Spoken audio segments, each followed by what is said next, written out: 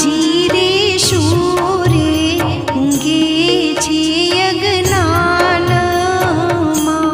જીરે શૂરે ઊંઘે છે યજ્ઞાનમાં.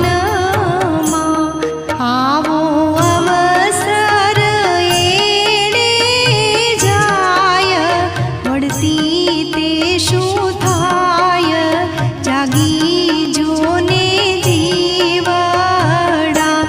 જીરે જોબન તારું રહેશે જાતું, જીરે જોબન તારું રહેશે જાતું. કાળા ફીટશે સઘળા કેશ, વરવો થાશે વેશ, જાગી જોને જીવડા. જીરે શૂરે ઊંઘે છે યજ્ઞાનમાં. શક્તિ સારી શક્તિ.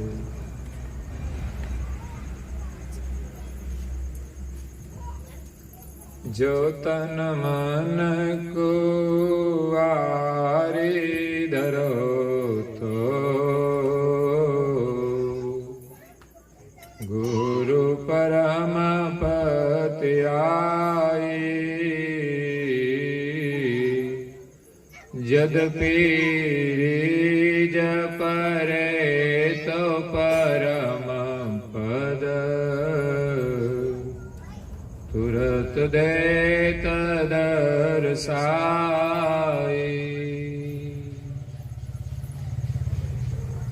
પ્રિય ભક્તજનો,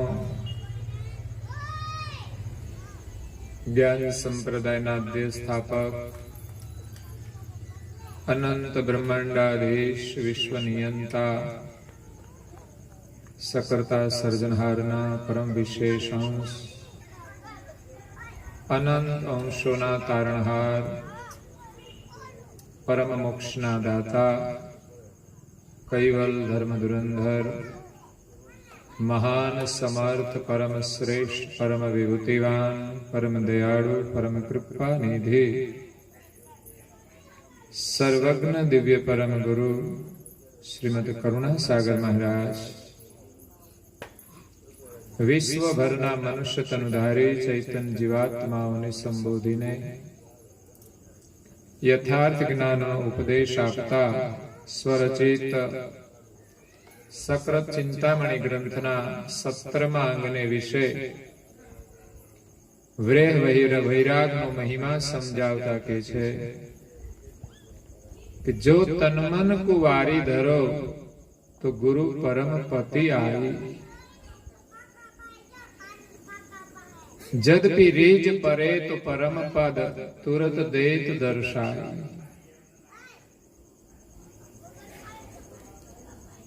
આપણું કલ્યાણ કરવા માટે ગુરુના શરણની આવશ્યકતા છે. આપણે ભક્તિ કરીએ, તપ કરીએ, જપ કરીએ, પરંતુ જ્યાં સુધી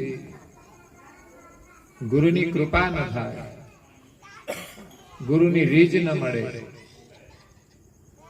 ત્યાં સુધી કલ્યાણ થતું નથી. હરદેવ અને સુમંતા બંને તપ કરે છે, ત્યારે એને દિવ્ય પરમ ગુરુ આવીને મળે છે. એના તપથી અને સેવા ભક્તિથી પ્રસન્ન થાય છે અને કહે છે તમારે શું જોઈએ છે, માગો. કારણ કે સાધના કરે છે તો કઈ ઈચ્છા એ તો કરતા હશે.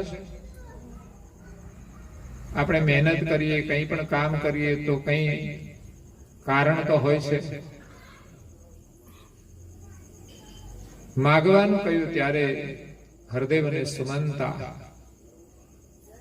બંને માગે છે કે અમને જન્મ મરણના ત્રાસમાંથી છોડાવો, બીજું અમારે કંઈ જોઈતું નથી. જેને સંસાર પ્રત્યે વૈરાગ છે અને પરમાત્મા પ્રત્યે પ્રીતિ છે, એના પર ગુરુની રીજ થાય છે. આપણે ભગવાનનું સ્મરણ તો કરીએ પણ સંસારનો મોહ ના છોડીએ ત્યાં સુધી પરમાત્માની પ્રાપ્તિ થતી નથી, અને ત્યાં સુધી સાચો પ્રેમ પણ નથી. પરમાત્માની અંદર જ્યારે પ્રેમ થઈ જાય ત્યારે સંસાર પ્રત્યે વૈરાગ આવી જાય છે. સંસારમાં પ્રીતિ રહેતી નથી. કર્તવ્ય પ્રમાણે પુરુષાર્થ કરે, પરિવારનું પોષણ પણ કરે, પરંતુ વિશેષ એમાં મમતા નથી રહેતી. જે માણસ રાત દિવસ એની પાછળ દોડતા હોય છે, જે પોતાના કલ્યાણનો પણ વિચાર કરતા નથી, પરમાર્થ કાર્યનો પણ વિચાર કરતા નથી, મનુષ્ય જીવનનો પણ વિચાર કરતા નથી કે આ મનુષ્ય જીવન શા માટે મળ્યું છે.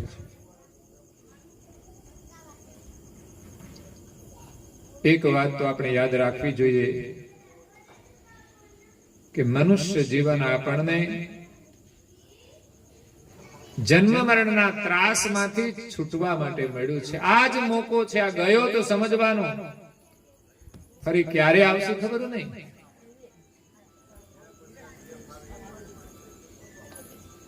એટલે આપણે જાગવાનું છે. મહાપુરુષો જ્ઞાન દ્વારા, સત્સંગ દ્વારા, ભજન દ્વારા જગાડે છે.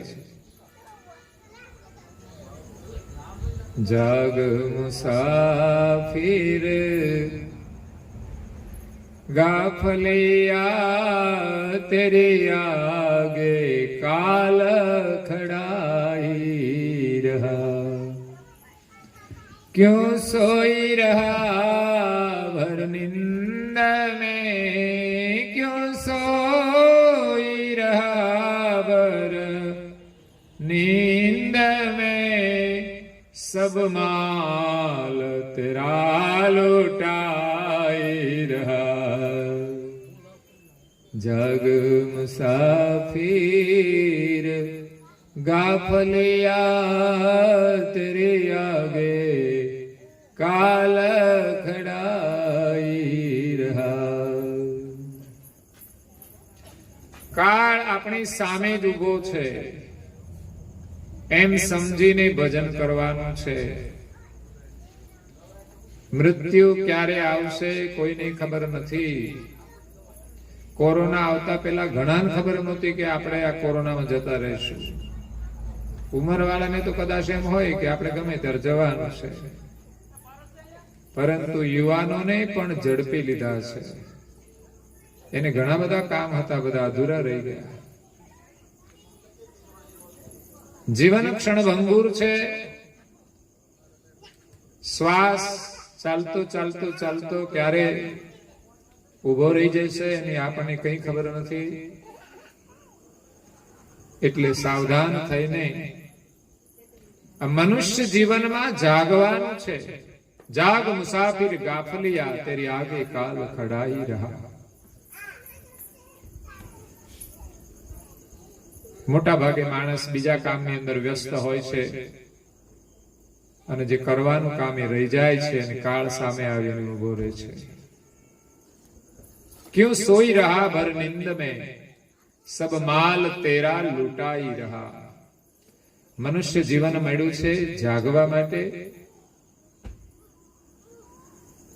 અને આપણે ઊંઘી રહ્યા છીએ. મહાપુરુષો એમ કહે છે તમે જાગો. તમે અજ્ઞાન રૂપી નિંદ્રામાં ઊંઘી જશો તો મનુષ્ય જીવનમાં મળેલી જે મૂડી છે આપણી બધી જ લૂંટાઈ જશે. ભગવાને આપણને કિંમતીમાં કિંમતી જો કોઈ મૂડી આપી હોય તો એ છે પ્રેમ, બુદ્ધિ. સંસારના ભોગ પદાર્થોની અંદર, કાવા દાવાની અંદર આપણે બુદ્ધિનો ઉપયોગ બહુ કરીએ છીએ, પણ થોડી બુદ્ધિનો ઉપયોગ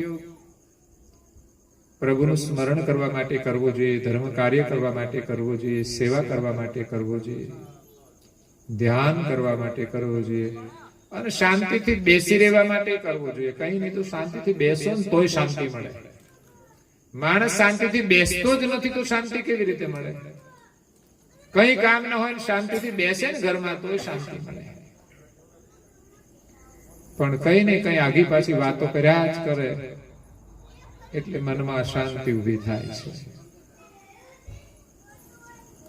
એટલે મનુષ્ય જીવન પરમેશ્વરની પ્રાપ્તિ માટે છે. તો આપણને મળેલી મૂડી છે, પ્રેમ છે, આરત છે. હરદેવ અને સુમંતાએ સંસારના ભોગનો ત્યાગ કરી પોતાનું પ્રેમ અને પોતાની બુદ્ધિ એ ભગવાનનું સ્મરણ કરવા માટે, એની પ્રાપ્તિ કરવા માટે એમણે જોડી દીધી. આ વિવેક બુદ્ધિ છે. સંસાર સુખનો ત્યાગ કરીને પરમાત્માના સુખની પ્રાપ્તિ કરવી એ વિવેક બુદ્ધિ છે. સંસારમાં આપણને જે કંઈ મળ્યું છે એનો ઉપયોગ વિશેષ સેવા માટે થાય એ વિવેક બુદ્ધિ છે. અને સેવામાં વાપરીએ છીએ તો એ આપણા ખાતામાં જ જમા થાય છે. આપણા કરેલા દરેક કર્મનું ફળ આપણને મળે જ છે. તો હંમેશા આપણે ઉત્તમ કર્મ જ કરવા જોઈએ. એટલે મહાપુરુષો જગાડે છે કે જીવનમાં તમે શુભ કાર્યો કરી લો. जाग मुसाफिर गाफलिया तेरी आगे काल खड़ाई रहा, क्यों सोई रहा भर निंद में सब माल तेरा लुटाई रहा. धन माल कुटुंब परिवारन में तेरा जीवन तूने गुमाई दिया. प्रभु नाम नफा न विचार किया, प्रभु नाम नफा न विचार किया. तेरा कारज तूने बिगाड़ दिया. जग मुसाफिर गाफलिया तेरी आगे काल खड़ाई रहा. આપણા માટે બહુ દિવસ બાકી નથી એમ સમજીને ભગવાનનું ભજન કરવાનું છે. 7 જ દિવસ છે આપણા માટે, 7 જ દિવસ. કોઈ પણ એક વારે કાળ આવશે 7 દિવસમાંથી. પરીક્ષિત રાજાને ખબર પડી કે 7મા દિવસે એને સર્પદંશ થવાનો છે અને એનું મૃત્યુ થવાનું છે. 7 દિવસમાં એમણે પોતાનું કલ્યાણ કરી લીધું. પોતે એક રાજા હતા. એની ખબર છે 7 દિવસ પછી તો આ બધું છોડવાનું છે. તો આપણે ક્યાં અમર પટોલે આવ્યા છીએ? ગમે એક દિવસ જવાનું જ છે એમ સમજીને આપણે આત્મ કલ્યાણ કરવાનું છે, સત્સંગ કરવાનો છે, ધ્યાન ભજન કરવાનું છે, સેવા કરવાની છે. ધન માલ કુટુંબ પરિવાર में तेरा जीवन तूने गुमाई दिया. આપણું સંપૂર્ણ જીવન માત્ર પરિવારના પોષણ માટે જ પૂર્ણ થઈ જાય છે. જાણે કે પ્રભુ સ્મરણ કરવાનો અવસર જ મળતો નથી. સામાજિક વ્યવહારોમાં આપણે બહુ સમય આપીએ છીએ, પણ થોડો આપણા કલ્યાણ માટે પણ સમય કાઢવો જોઈએ. એટલે આપણા જીવનમાં ગુરુની આવશ્યકતા છે. મનુષ્ય જીવન મળ્યું છે, થોડો પ્રભુ નામનો નફો પણ કરી લઈએ. પૈસાનો નફો જરૂરી છે જીવન નિર્વાહ માટે, પરંતુ સાથે સાથે પ્રભુ નામનું સ્મરણ કરીને જીવનમાં સાથે આવનારો જે નફો છે, મૃત્યુ સમયે પણ હરિનું નામ છે એ આપણને મૃત્યુના દુઃખમાંથી છોડાવે છે અને પુનઃ આપણને માનવનો જન્મ મળે છે. એટલે માનવ દેહ મળ્યો છે તો આપણું કલ્યાણ કરવાનું છે સંતોનો સત્સંગ કરતા રહીએ, સત્સંગ દ્વારા આપણી સમજણનો વિકાસ કરીએ. એ જ મનુષ્યના લક્ષણ છે.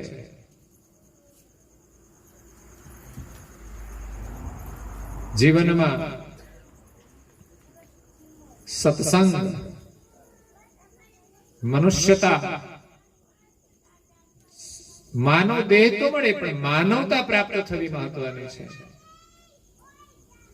જીવનમાં સંતોનો સંગ મળે એ દુર્લભ છે. મનુષ્ય જીવન મળ્યું છે પણ માનવતા મહત્વની છે. તો આપણું કલ્યાણ કરવા માટે સંતોનું સાનિધ્ય પ્રાપ્ત કરીએ. દિવ્ય પરમ ગુરુ કહે છે કે ભેગ સકલ ભગવંત સમોવડ ગણત ભક્ત હરિજન હી, સો સાચે સેવક નિજ દાસન જીન જપ સંત વચન હી. વિશ્વબોધ ચોસરા ગ્રંથમાં કહે છે કે ભેગ સકલ ભગવંત સમોવડ. સંસારની અંદર જે કોઈ ભેગધારી છે, સંત છે, એક ભગવાનનું રૂપ છે. ભગવાનના માટે ભેગ ધારણ કર્યો છે. એ ભગવાનનું સ્મરણ કરે છે. તો એને ભગવાનના એક પ્રતિનિધિ રૂપે આપણે આદર કરવો જોઈએ. દરેક ભેગ આપણા માટે એક આદરણીય છે. કોઈ પણ સાધુ સંત હોય જેમણે સંસાર સુખનો ત્યાગ કર્યો છે, કુટુંબ પરિવારનો ત્યાગ થયો છે, પ્રારંભમાં કદાચ કઠિન હોય, પછી બહુ વાંધો નથી આવતો. કોઈ પણ ત્યાગ હોય, જ્યારે છોડીએ ત્યારે જરા કઠિન લાગતો હશે, પરંતુ પછી આપણા માટે સરળ થઈ જાય છે. તેવા દરેક સાધુ સંતોનો આપણે આદર કરીએ, નમન કરીએ, વંદન કરીએ. એમની પાસેથી કંઈક ને કંઈક આપણને સત્સંગનો એવો પ્રસાદ મળશે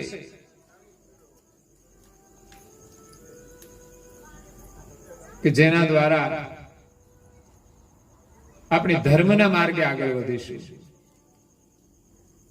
ધર્મ કાર્યની અંદર આપણી આસ્થા થશે. એના દર્શનથી, એમના વચનામૃતથી શુભ કાર્યો કરવાની પ્રેરણા મળશે, શુભ કાર્યો કરવાનું બળ મળશે. આપણામાં પણ પ્રભુ પ્રત્યે અનુરાગ થશે. જેટલો પ્રભુ પ્રત્યે અનુરાગ થતો જાય એમ સહજ સંસાર પ્રત્યે વૈરાગ આવે છે. થોડો સંસાર પ્રત્યે વૈરાગ રાખીને પ્રભુનું સ્મરણ કરીએ તો પ્રભુની અંદર પ્રેમ થાય છે. થોડો પ્રેમ વધે છે તો આ બાજુ થોડો વૈરાગ વધે છે. વૈરાગ થોડો વધી જાય એટલે થોડો પ્રેમ વધે છે. વધતું જાય, બંને વધતું જાય.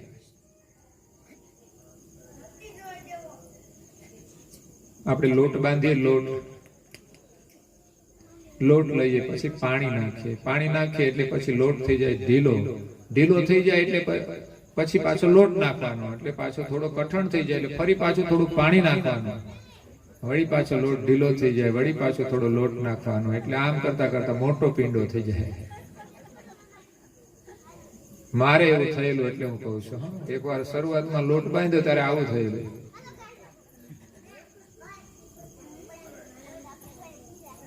અનુભવ થયા પછી બધું યોગ્ય થાય છે. હવે તો બાજરાનો રોટલો બનાવો તો વાંધો ના આવે. એ તો પેલા તો બધું છે ને પડતું જાય બધું નીચે,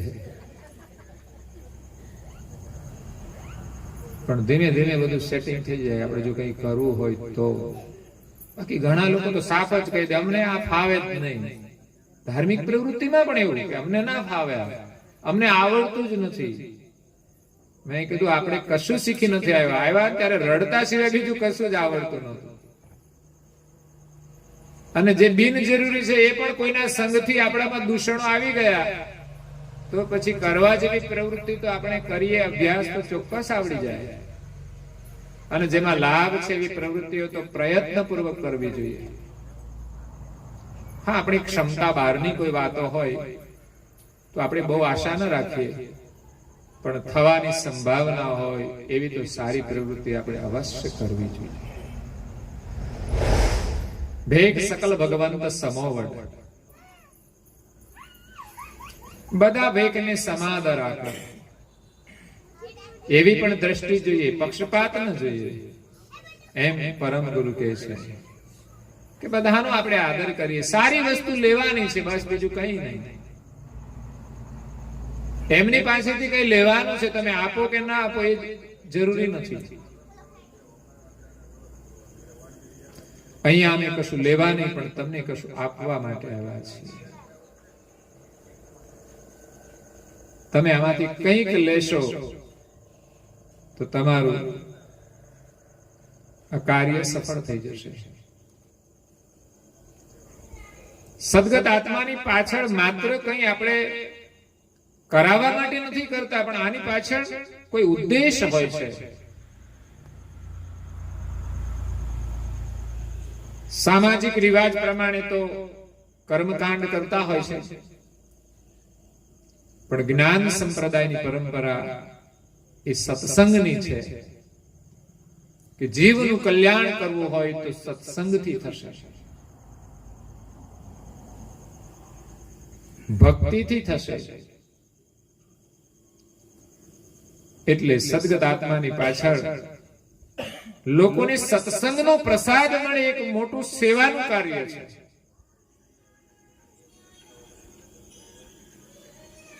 એટલે આ વખતે તો દિવાળી બાની જવાની તૈયારી હતી અને 15 દિવસ પહેલા જ મારે એમના ઘરે જવાનું થયું અમદાવાદ. રમેશ કુમારની તબિયત સારી નહોતી, ઓલી બાયપાસ કરેલું, એટલે એમ થયું કે ખબર લેવા જવું છે. તો એમણે વાત કરી કે બા હવે કઈ વિશેષ અનાજ લેતા નથી, એટલે થોડા દિવસના મહેમાન છે. પરમ ગુરુને પ્રાર્થના કરીએ કે સદગત આત્માને સહજ રીતે એના ધામમાં લઈ લે.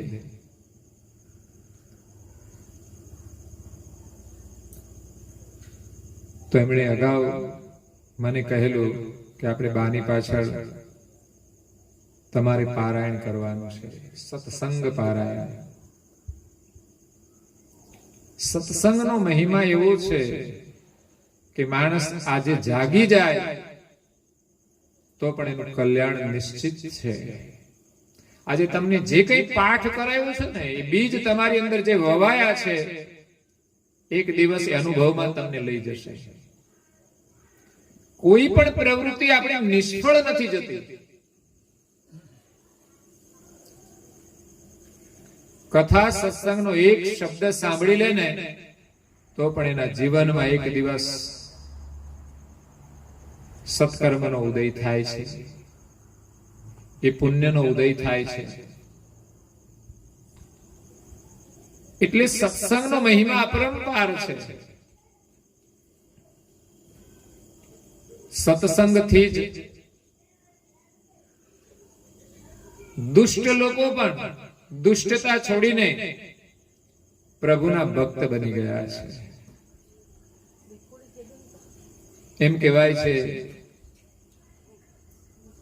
અંગુલીમાલ નામનો એક રાક્ષસ હતો. તો બુદ્ધ બિહારની બાજુ ગામડાઓની અંદર વિચરણ કરતા હતા. કોઈ ગામની અંદર નિવાસ કર્યો, બીજા દિવસે વિદાય લીધી અને એક જંગલ જેવો રસ્તો હતો એ તરફ એ ચાલવા લાગ્યા. તો બધા લોકો એમને રોક્યા કે તમે એ તરફ ના જશો, ત્યાં તો કે છે એક ભયંકર રાક્ષસ રહે છે. પણ બુદ્ધને તો કોઈ ભય હતો જ નહીં. આપણને એમ કોઈ એમ કે કઈ ભૂત થાય છે તો પછી આપણે જઈએ જ નહીં.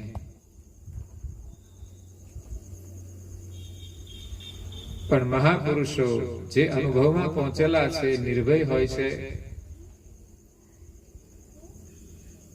એટલે એમણે તો જે દ્રઢ નિશ્ચય કર્યો કે મારે જવું છે એટલે જવું છે. ખરેખર જીવનની કોઈ પણ વિકટ પરિસ્થિતિ હોય પણ આપણે એક દ્રઢ નિશ્ચયથી કામ કરીશું ને તો કોઈ પણ પરિસ્થિતિની સામે આપણે લડી શકીશું. ભક્તિ માર્ગની અંદર પણ આપણે દ્રઢ નિશ્ચય સાથે ભક્તિ કરવાની છે. વિઘ્નો આવે, વિકટ પરિસ્થિતિ આવે, પણ દ્રઢ નિષ્ઠા રાખીને આપણી ભક્તિ કરવાની છે. તો બુદ્ધ પોતાના નિશ્ચય અનુસાર એ જંગલમાંથી પસાર થાય છે. અંગુલી નામનો જે રાક્ષસ હતો એનું નામ અંગુલીમાલ એટલા માટે હતું કે જંગલમાંથી જે કોઈ પસાર થાય એની આંગળીઓ કાપી અને એનો હાર બનાવીને પહેરતો હતો. આવો એનો શોખ હતો. એ માણસ તો સારો હતો પણ કઈ કારણસર એ રાક્ષસ થઈ ગયો. પણ બુદ્ધ જ્યારે જંગલમાં જાય છે ત્યારે રાક્ષસને થોડી ગંધ આવે એટલે પછી એના નજીક આવે.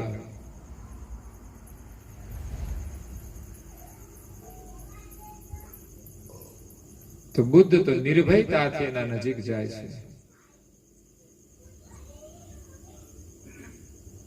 રાક્ષસે કહ્યું કે તને ભય નથી લાગતો? તો કે ના, મને ભય નથી લાગતો. તો હું આ જંગલની અંદર જે કોઈ નીકળે છે એને જીવતા નથી છોડતો. ભગવાન બુદ્ધ એને બોધ આપે છે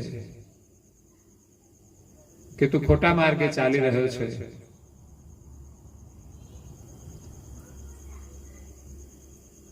બુદ્ધે કહ્યું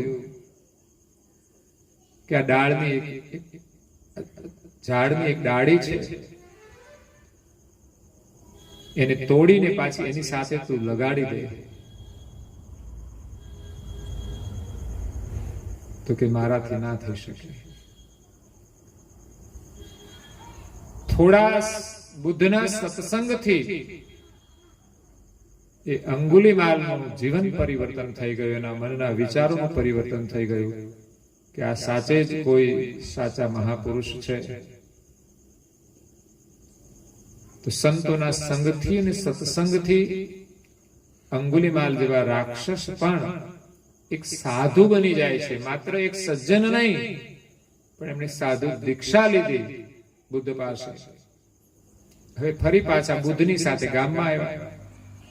ગામમાં આવ્યા તો લોકો તો રોષે ભરાયા. કેમ? તો કે અમારા પરિવારના લોકોને કે છે આપણે આંગળીઓ કાપીને મારી નાખ્યા.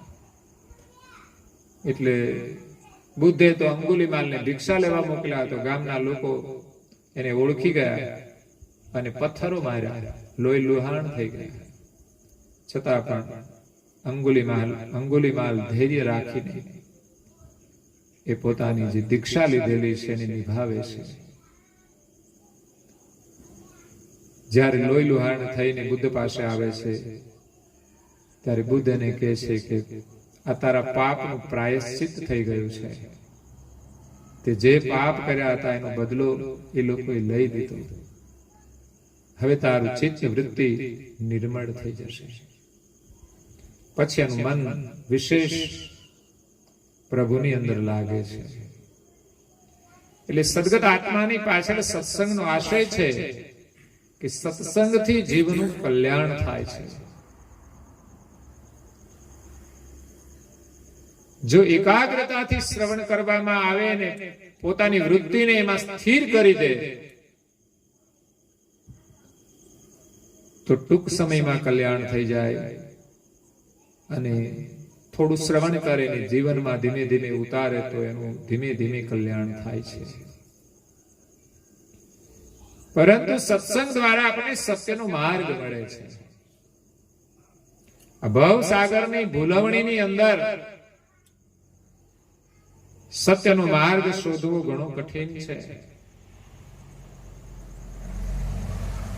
કેટલા આપણે ભટકીએ ત્યાર પછી આપણને સાચો માર્ગ મળે છે.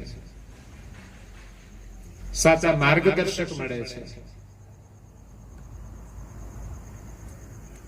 તો હરદેવ અને સુમંતાએ પરમ ગુરુ પાસે માગ્યું કે અમને જન્મ મરણના ત્રાસમાંથી છોડાવો. બસ ભગવાન પાસે માગવાનું એ છે કે અમને આ દુઃખમાંથી છોડાવો. આપણે ભોગ વૈભવ નથી જોઈતા, કારણ કે એ આખર છોડીને જવાનું છે. આપણને સત્સંગનો લાભ મળે, સત્સંગની જિજ્ઞાસા આપણામાં જાગે, એવી કંઈક પ્રેરણા કરે તો આપણું કલ્યાણ થાય. સદગત આત્માની પાછળ સત્સંગ એ બહુ મોટું પુણ્યનું કાર્ય છે. આમ તો પરિવારની ભાવના ખૂબ ઉમદા છે.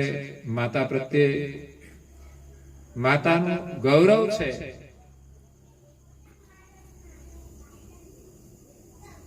બાળકોને જે પ્રેમ આપ્યો છે એનું જ એક પરિણામ છે. પરિવારમાં રહેવાનું, કોઈની સાથે પણ માથાકૂટ નહીં, એવી રીતે જીવન જીવીને એ પરિવારને એક સંદેશ આપીને ગયા છે. અને એની અંદર પરિવારના બધા સભ્યોનું બહુ મોટું યોગદાન છે.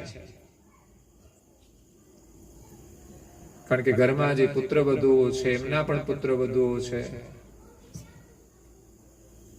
બધાની અંદર એક બહુ જ મોટી પ્રેરણા છે, કૃપા છે કે કલેશ વગર બધા પરિવારમાં પ્રેમથી રહે છે. એક માં તો બની શકે, પણ એ સાસુમાં બને ને એની સાર્થકતા છે. એક પુત્રવધુ એ પુત્રવધુ બને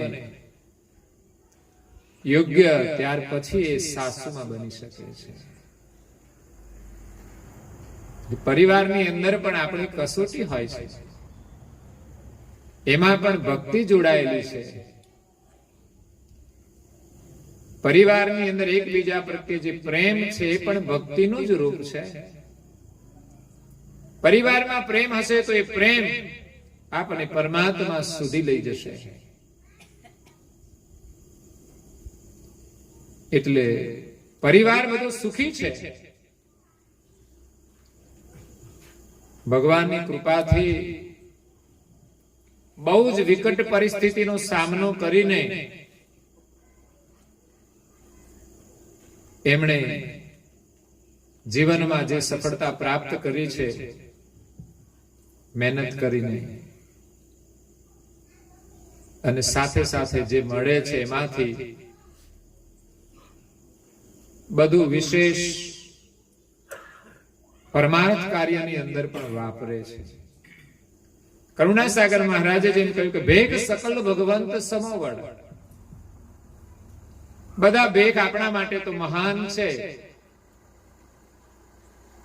તો એવા સંતોના સંગમાં આવે અને કઈ સેવાનો યોગ થાય તો એનું દિલ બહુ ઉદાર છે. રમેશ કુમાર જેટલું મળે છે એટલું પાછું ઉદારતાથી પરિવારની અંદર પણ બધાને આપે છે, સહયોગ આપે છે. અને ધર્મ કાર્યની અંદર પણ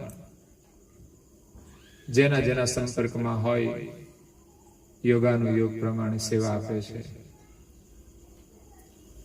જેઠોલી ગામમાં જ્યારે અમે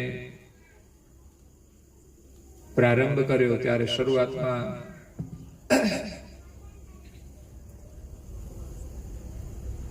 ભોજન માટેની વ્યવસ્થા માટે લગભગ 50,000 રૂપિયા કે 51,000 રૂપિયા એમણે બધા જ વાસણો લેવા માટે આપેલા હતા.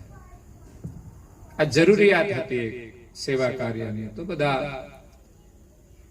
ત્યાં જે કોઈ આવે પ્રસંગોપાત બધા જે પ્રસાદ લેતા હોય એના ઉપયોગમાં એ આવતા હોય છે. ત્યાર પછી થોડું નિવાસ માટેનું બાંધકામ કર્યું. ત્યારે પણ અમને એને સારી સેવા આપી છે.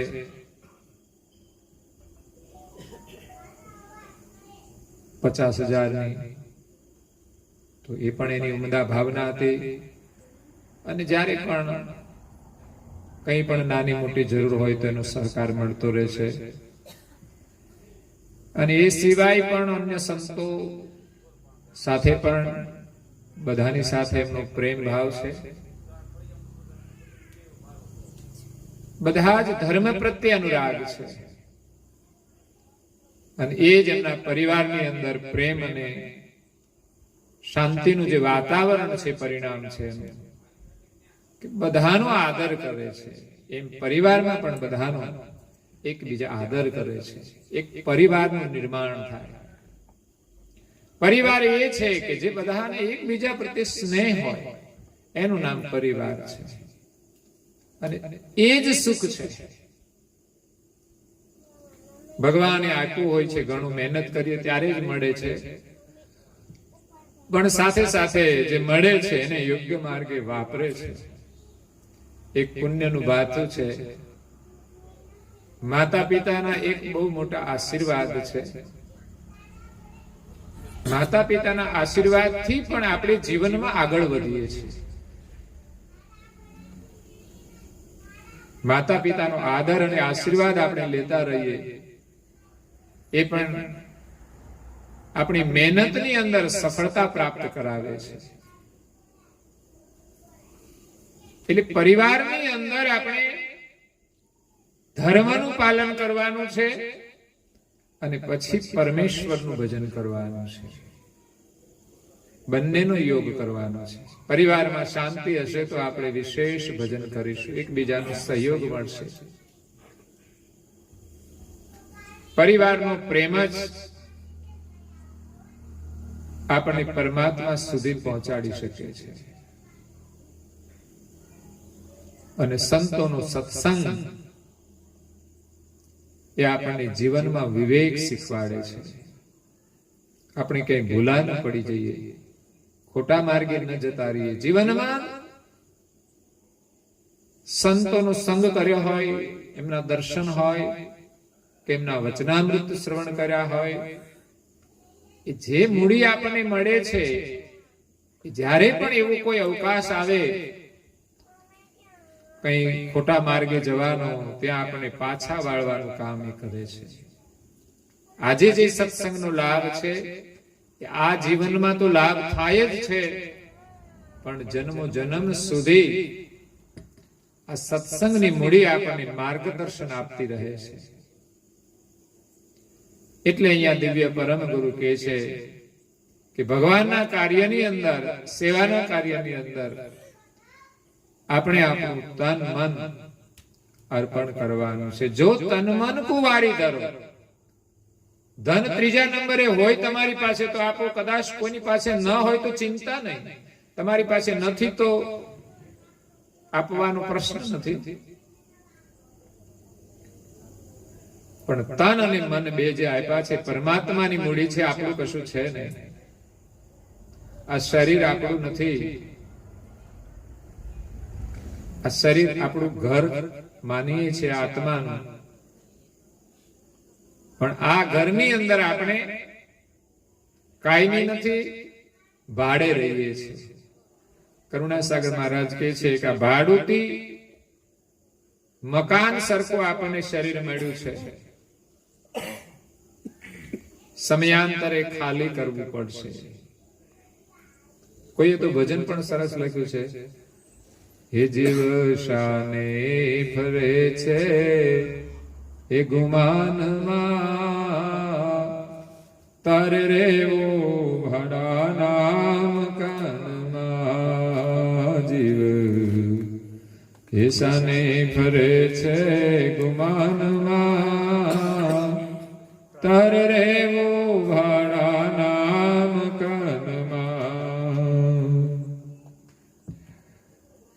યા તારો મકાન કર્યા રંગ ને રોગાન, જાણે કાયમ લીધું છે એ વેચાણમાં, તારે રેવો ભાડાના મકાનમાં.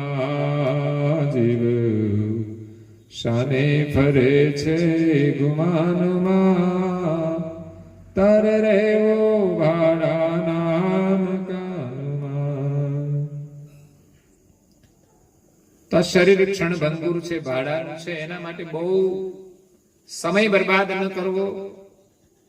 શરીર એ શરીર છે, એને સ્વસ્થ રાખો અને વિશેષ આ શરીરથી સેવાનો આનંદ લો.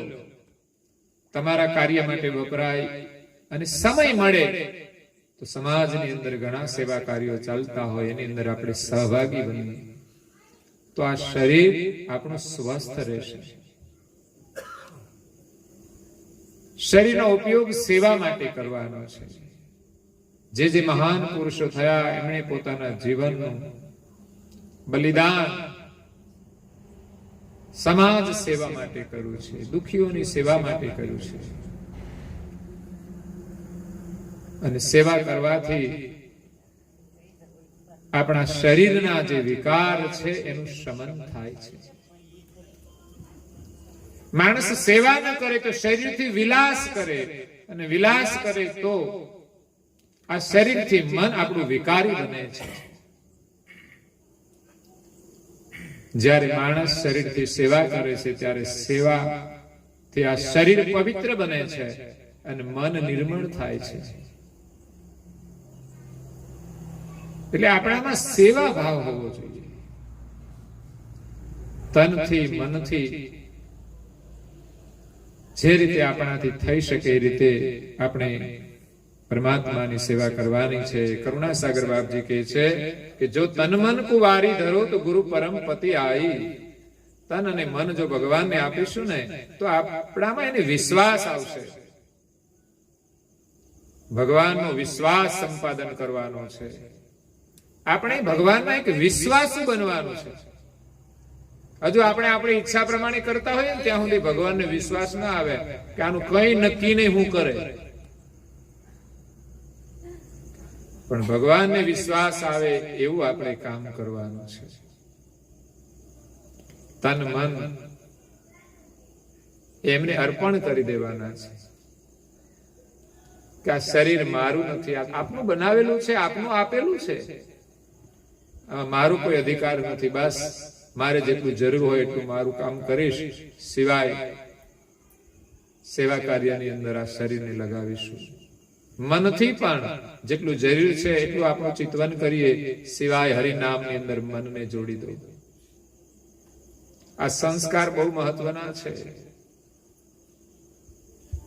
આપણે ગામડામાં તો બધા હજુ બેસતા હોય કે નવરા હોય તો સાંજના થોડા ધોળ ગાય, પ્રાર્થના કરે, સ્તુતિ કરે. હમણાં પણ સરસ પાઠ કરતા હતા. તો સંસ્કારની પ્રક્રિયા બહુ મહત્વની છે. તો સત્સંગ દ્વારા આપણને સંસ્કાર મળે છે. આપણું તન અને મન પ્રભુની સેવામાં વપરાય. અને ક્યારેક ગુરુની રીજ થઈ જાય ને ત્યારે આપણું કલ્યાણ થઈ જશે. ગુરુ મહારાજ આપણને પરમ ગતિ આપી દેશે. આપણે તો નાની નાની સેવા કરી હોય, પણ એના બદલામાં મિથ્યા પદ દેતા મહાપદ પાવે, થઈ શરણ રહે ભક્તિ કે દાવે. ભક્તિ ભાવથી ને ભક્તિના દાવથી આપણે જો એમના શરણમાં રહીએ તો મિથ્યા વસ્તુઓ આપીએ છીએ, એનું કોઈ મૂલ્ય નથી. આજે સારા કામમાં નહીં વપરાય ને તો આ દુનિયામાં ગમે ત્યાં વપરાય ને ખતમ થઈ જવાનું બધું. આ શરીર પૂર્ણ થઈ જશે અને આપણી પાસે જે હશે સમયાંતરે બધું વેચાઈ જવાનું છે. મિથ્યા વસ્તુ છે. તો મિથ્યા પદ આપીને આપણે તો બદલામાં મહાપદની પ્રાપ્તિ કરવાની છે, મહા આનંદની પ્રાપ્તિ કરવાની છે. જે આનંદ મળ્યા પછી જીવનમાં કોઈ શોક અને સંતાપ નથી રહેતો, એવો આનંદ પરમ ગુરુના શરણમાં છે. પણ આપણું તન અને મન એની સેવામાં અર્પણ કરવું પડશે. પ્રારંભ ભલે થોડાથી કરો, તમારી પાસે જે ક્ષમતા હોય એટલું તમે તન અને મન બંને સેવામાં અર્પણ કરો. મહાપુરુષે તો ત્રણેય વસ્તુ આપવાની કહી છે. તન મન ધન જે શિષ્ય સમર્પે, પોતા તરફ રાખે ને સૌ સુખ અર્પે. કહલસંગ ને જતનબાઈ બંને ગ્રહસ્થ હતા, ભગવાનની ભક્તિ કરતા હતા. તો ઘરની જે બધી મિલકત હતી બધી જ પરમ ગુરુને અર્પણ કરી દીધી કે બસ અમારે હવે સંન્યાસી જીવન જીવવું છે. એમને એક દીકરો હતો, એ મૂંગો હતો. એમણે નક્કી કર્યું કે આ મૂંગો આપણો દીકરો છે, એને કોઈ સંતોના આશીર્વાદથી બોલતો થઈ જાય ને એને આપણે ગુરુ કરવા. કોઈ સામાન્ય સંતથી તો એ કામ થાય નહીં. તો જ્યારે અનેક સંતોની સેવા કરી, એના ચરણ પ્રક્ષાલન કર્યા, ચન્નામત પીધું, પ્રકમ્મા કરી, જમાડ્યા, 6 વર્ષ સુધી આવી સેવા કરી, છતાં પણ એનો છોકરો કોઈનાથી બોલતો ના થયો. પછી કહલસંગ અને જતનબાઈ એ આણંદ પાસે નાપાડ ગામ છે ત્યાં થઈ ગયા. બંને પતિ પત્ની સાથે ભક્તિ કરતા હતા. એમ કહેવાય છે કે એને કોઈ એક ફકીર મળ્યા અને કહ્યું કે તમે આ મંત્ર આપું છું એનો ધ્યાનમાં બેસીને જપ કરો. તો 2 વર્ષ સુધી એમણે ગુફા એક ખોદી ધ્યાનમાં બેસીને જપ કર્યો, તોય પણ એને કોઈ અનુભવ વિશેષ ના થયો. પછી તો એને ભેખ ઉપર પણ અભાવ આવી ગયો કે ભેખધારી માત્રમાં કોઈ સાચા સંત નથી. અને પરમાત્માને પુકાર કરે છે કે અમે તમને શોધીએ છીએ, પણ કેવી રીતે તમે પ્રાપ્ત થાવ? ત્યારે પરમ ગુરુ ત્યાં સારસામાં વિદ્યમાન હતા. કહલસંગ અને જતનબાઈની પ્રાર્થના સાંભળી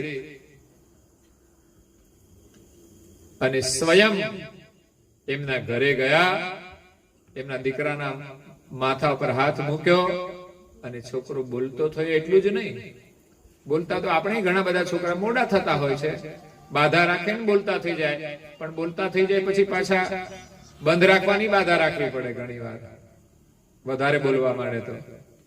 પણ આ તો એમણે એવો ટેક લીધો હતો કે શાસ્ત્રો ભણ્યા વગર એ જ્ઞાનનું ઉચ્ચારણ કરે. શાસ્ત્રો ભણ્યા વગર કશું બોલી શકાય નહીં. આ તો મૂંગો બાળક હતો. પરમ ગુરુ એમના માથા પર હાથ મૂક્યો અને બોલતો તો થઈ ગયો, પણ શાસ્ત્રોનો અભ્યાસ વગર એવો પરમ ગુરુએ અનુભવ આપ્યો કે જ્ઞાનનું ઉચ્ચારણ કરવા લાગ્યો. ત્યારે એના માતા પિતાને વિશ્વાસ આવી ગયો કે આ સમર્થ ગુરુ છે. ત્યારે એને પરમ ગુરુનું શરણ લીધું, એમની પાસેથી દીક્ષા લીધી, મંત્ર લીધો અને પરમ ગુરુના વચન અનુસાર એમણે ભક્તિ કરીને પરમધામની પ્રાપ્તિ કરી. એમને જે કઈ મિલકત હતી એ બધી પરમ ગુરુને આપીને એમણે પોતે સંન્યાસી જીવન જીવ્યું. દીકરો હતો એ કે અમારે તો શું કરવાનો છે, એની કોઈ મમતા હતી નહીં. એ દીકરો હતો, પરમ ગુરુને અર્પણ કરી દીધો. એ તો જ્ઞાની હતો એટલે સાધુ બની જાય, એનું પણ કલ્યાણ થઈ ગયું. તો જીવન એવી રીતે જીવીએ કે આપણું કલ્યાણ થાય અને પરિવારના સભ્યોનું પણ કલ્યાણ થાય. તો એ જતનબાઈ ને કહલસંગ પોતાનું સર્વસ્વ પ્રભુના શરણમાં અર્પણ કરી દીધું. એમ થોડું થોડું આપવાની વૃત્તિ આવશે ને પછી તો ધીમે ધીમે બધું છૂટી જશે. કારણ કે જીવનમાં એવા અનુભવો થાય છે કે આ સંસારમાં વિશેષ કઈ સાર નથી, સત્ય નથી. સાર તો સાર સત્ય કાર્ય કરવામાં છે.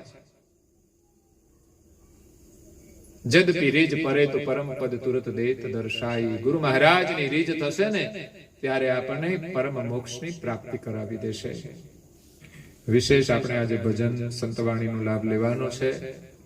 ભજનમાં પણ મહાપુરુષોએ આપણને ઉપદેશ આપ્યો છે અને ભજન એક પ્રકારનું સાધન છે, એક પ્રકારની ધાર્મિક પ્રક્રિયા છે, એક પ્રકારનો એમાં વિશેષ અલગ રસ છે.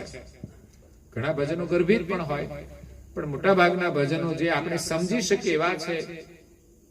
અને પ્રારંભમાં જે આપણે કરવાનું છે એવી વાણી આપણે સાંભળીને આપણા જીવનમાં ઉતારીશું તો આપણું જીવન ધન્ય બની જશે. અને સદગત માતાની પાછળ આ બધો લાભ મળી રહ્યો છે એટલે એ પુણ્ય દ્વારા સદગત આત્માને પરમ શાંતિ મળે, એ પરમ ગુરુના શરણમાં પ્રાર્થના સાથે અત્યારે કથાને વિરામ આપીએ છીએ. અસ્તુ સત કેવલ સાહેબ. आद्य सकृत सुराज करुणेश्वर करता की જય श्री कृष्ण स्वामी महाराज की જય परम गुरु श्रीमंत करुणा सागर महाराज की જય पूज्यपाद श्री नरवेली सागर महाराज की જય श्री महान तपस्वी रघुराम महाराज की जय। श्री बलदेव दास जी महाराज की जय। श्री भगवान दास जी महाराज की जय। श्री प्रयागदास जी महाराज की जय। श्री शीतलदास जी महाराज की जय। श्री अविचल दास जी महाराज की जय। श्री धर्मप्रदास जी महाराज की श्री सर्व संतन की जय। श्री सर्वदेवन की जय। श्री ज्ञान संप्रदाय की जय। श्री गुरुगादी सारसापुरी की जय। श्री केवल धाम की कथा सत्संग पूर्णावधि का सात केवल સાહેબ.